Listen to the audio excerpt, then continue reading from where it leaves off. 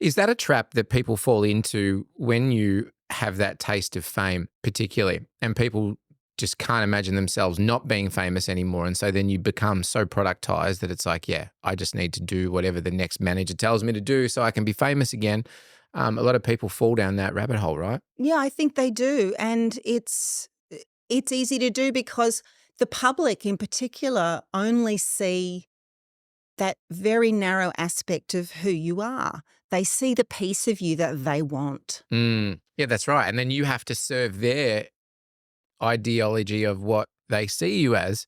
And if you don't, then you're not good anymore. Yeah, Like, and there's very little room then either for personal growth or even creative growth in some way. Sometimes as an artist, and you see this happen time and time again, where an artist will get very famous for a particular sort of sound, and then the next album they'll change something and the fans will rail against they them. hate it. Yeah. Oh, it's no good, it's changed.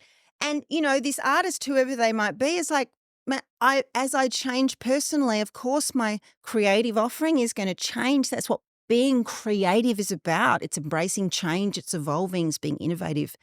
But the public are not always up for that sort of ride. Yeah. So for me, that concept expanded even more broadly. Like I'm not just my musical skill. As a human being, there's so many other things that I have to offer and that I want to bring into the world and that I've managed to do since then. And I'm sure we'll get to that. But yeah, so that was kind of the beginning of just busting open this myth that this is all I am and all I'll ever be. And let's unpack that part of it too, because one thing you said to me when we caught up a couple of weeks ago that stuck with me, and I've actually thought of it a few times in the last couple of weeks. You said, I've always followed in my career choices, I've always followed my personal learnings. I've let my personal learnings take my career on its journey. Break that down for us, because that really hit with me. Yeah, 100%. So I suppose the biggest shift in my life was realizing that I no longer wanted to be a victim to my own drug and alcohol use. Mm-hmm.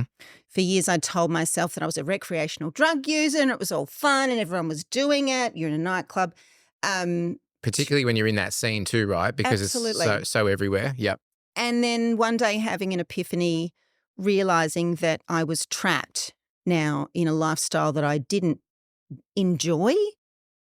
I was doing it because I needed to rather than because what I wanted to. And I suppose that's what defines, drug and alcohol use to addiction or dependence.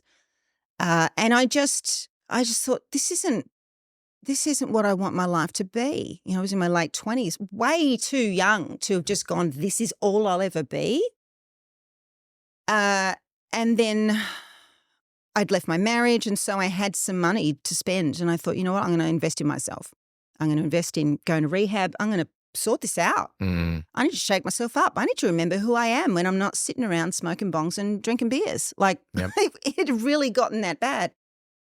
And it was during that process of detoxing my life. And by detoxing my life, it was, when you decide to give up or reduce drugs and alcohol, it's not just the substances that you end up clearing out. It's also certain relationships, certain limiting beliefs. Sometimes it's family members, sometimes it's partners, sometimes it's the job that you've been doing, where your self-worth and sense of confidence starts to increase, your hope starts to increase. You're like, okay, well, if I can rejuvenate myself, I wonder what else I could do in my life.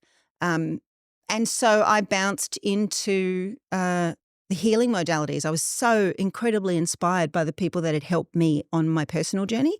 I thought, man, I want to do that. And then remembered that massage therapy was something I'd always wanted to do when I was a kid.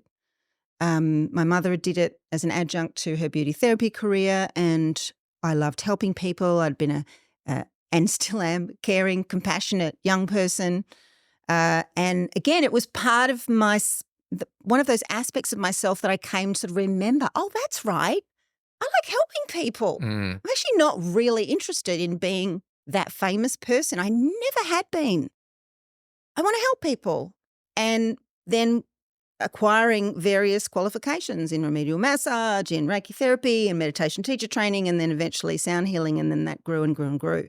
and studied with multiple people here and overseas, acquiring a whole bunch of new skill sets, many of them involved in music, but being applied in a way that the attention was not on me. It's about serving others and helping other people to find their spark and their centre again. And I never tire of being a part of that process for people.